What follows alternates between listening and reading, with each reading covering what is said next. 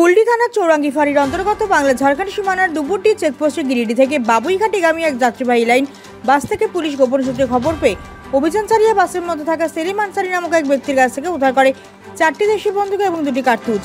শুক্রবার মধ্যরাতের ঘটনায় গ্রেফতার সেলিম আনসারি নামক এক ব্যক্তি। বাস চালক কি জানিয়েছেন আসুন শুনে নিই।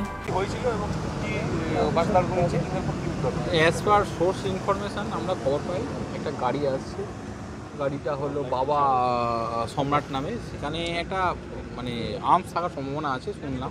সেই হিসেবে আমি আইসি চৌরঙ্গিকে খবর দিলাম। আইসি চৌরঙ্গি আবার আর আমাদের 2 অফিসারকে পাঠাই, প্রতাপ মণ্ডল আর ওই রূপম ব্যানার্জি। আসার পর আমরা সার্চ করার পর গাড়ি থেকে একটা নীল রঙের ব্যাগে 4টে আর্মস পাই। আর কি উদ্ধার হয়েছে পুলিশ? দুটো অ্যামিউনিশন আছে ওতে। কতজন আটক আছে স্যার? আপাতত আমরা একজন আটক করা হয়েছে, ইন্টারোগেশনের জন্য একজনকে নিয়ে যাওয়া হচ্ছে। নাম কি? সেলিম আনসারি। এইটুকুই আছে আপাতত, এখনও দেখি, তারপর আপনাকে পরে জানাবো। Thank you.